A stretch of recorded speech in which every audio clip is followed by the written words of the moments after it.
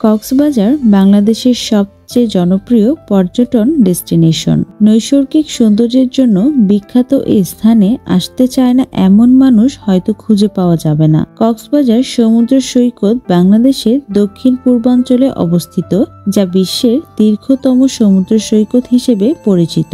120 kilometre দীর্ঘ এবং প্রাকৃতিক সৌন্দর্যে ভরপুর এই স্থানটি দেখতে প্রায় প্রতি বছরই লাখো পর্যটক এই স্থানে ভিড় জমায়। আমাদের আজকের ভিডিওটিতে থাকছে কক্সবাজার ঘুরে বেড়ানোর পূর্ণাঙ্গ গাইডলাইন। কক্সবাজার কোথায় থাকবেন, হোটেল রিসোর্ট কিভাবে ঠিক করবেন, আশেপাশে কি কি ঘুরে দেখবেন, কোথায় কি খাবেন, কম খরচের ভ্রমণের টিপস সহ সবকিছুরই বিস্তারিত তথ্য থাকছে আজকের এই ভিডিওটিতে। তাই ভিডিওটি না টেনে সম্পূর্ণ দেখার অনুরোধ রইল। চ্যানেলে নতুন হলে চ্যানেলটি সাবস্ক্রাইব করে আমাদের পাশেই থাকবেন।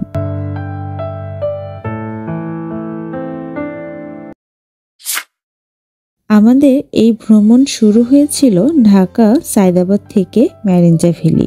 আজকে আমরা যাচ্ছি কক্সবাজার। আমরা ঢাকা থেকে কিভাবে ম্যারেঞ্জা ভ্যালি গিয়েছিলাম, কি কি ঘুরে দেখেছি, সবকিছুই আমার ভিডিওর প্রথম এপিসোডে পেয়ে যাবেন। আর ভিডিও লিংকটা আমি আমার ডেসক্রিপশন বক্সে দিয়ে দিব।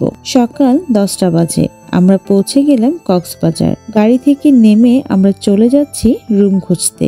এখানে একটা কথা বলে রাখি, অটোওয়ালারা আপনাকে বলতে পারে মামা চলেন আমি আপনাদেরকে হোটেল দেখাই, আপনারা কিন্তু রাজি হবেন না, কারণ তারা যে হোটেলে নিয়ে যাবে সেই হোটেলগুলোতে কিন্তু তাদের আগে থেকেই কন্ট্রাক্ট থাকে, আর সেজন্যই আপনার কাছ থেকে কিন্তু রুম ভাড়া অনেকটাই বেশি নিবে, কারণ তার মধ্যে কিন্তু তার কমিশনটাও থাকে। তাই এই ব্যাপারটা একটু খেয়াল রাখবেন। তো যাই হোক, অনেক খোঁজাখুঁজির পরে একটা রুম পেয়ে গেলাম বিচের খুব কাছেই। হোটেল থেকে পায়ে হেঁটে যেতে সময় লাগে মাত্র 5 মিনিটের মতো।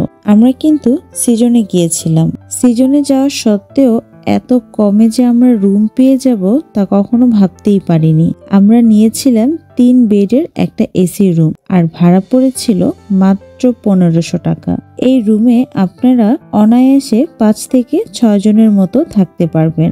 রুমে এসে আমরা চলে যাচ্ছি লাবণী পয়েন্টে গোসল করতে।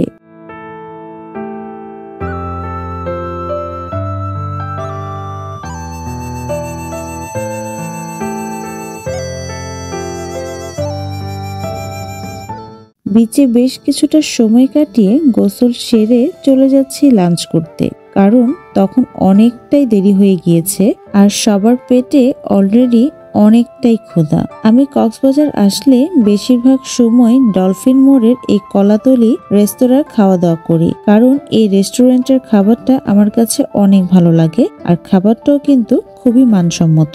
দুপুরের খাবারে আমরা নিয়েছিলাম ভাত, গরুর মাংস, ডাল, লোট্টা ফ্রাই আর বিভিন্ন ধরনের ভর্তা। আর এত কিছু নেওয়ার পরেও দাম এসেছিল মাত্র 1500 টাকা। আর এই 1500 টাকা দিয়ে আপনারা অনায়াসে 5 জন ভরপেট খেতে পারবেন। খাওয়া দাওয়া শেষ করে চলে যাচ্ছি ম্যারিন ড্রাইভ ধরে আমাদের টেকনাফের যাত্রা। ডলফিন মোড় থেকে আপনি টেকনাফ যাওয়ার অনেকগুলো অপশন পেয়ে যাবেন, যেমন চাঁদখোলা বাস, চাঁদের গাড়ি, অটো রিক্সা, সিএনজি ইত্যাদি। তবে আমরা 1000 টাকা দিয়ে একটি অটো ভাড়া করি যাওয়া আসার জন্য। মেরিন ড্রাইভ হচ্ছে কলাতলি সমুদ্র সৈকত থেকে টেকনাফ পর্যন্ত বিস্তৃত একটি সড়ক, যেখানে প্রতিটি স্থানই আপনাকে মুগ্ধ করবে। তবে উল্লেখযোগ্য স্থানগুলোর মধ্যে রয়েছে হিমছড়ি ঝর্ণা, ধরিয়ানগর, প্যারাস্লাইডিং, Inani beach, Patuar Tek beach, marine drive, 0 point ও শাহপুরী দ্বীপ।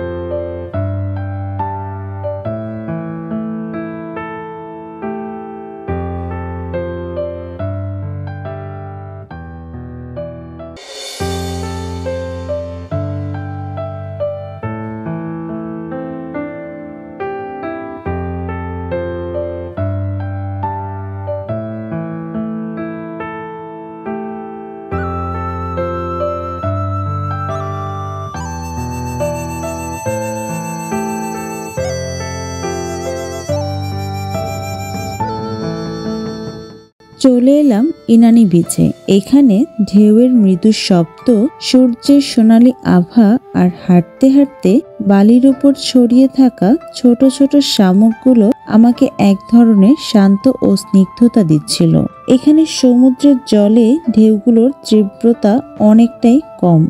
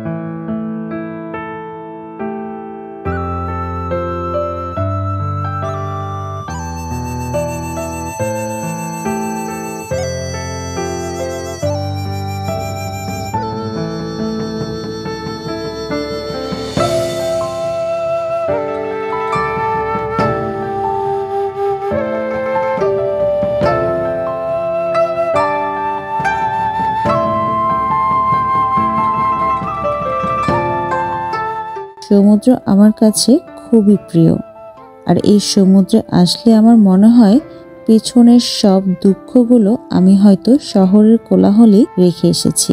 মেরিন ড্রাইভ থেকে ফিরতে ফিরতে আমাদের সন্ধ্যা হয়ে গিয়েছিল, তাই তো রুমে না গিয়ে সরাসরি চলে গেলাম লাবণী পয়েন্টে রাতের সমুদ্র উপভোগ করতে। সময় এসেছে সমুদ্রকে বিদায় জানানোর।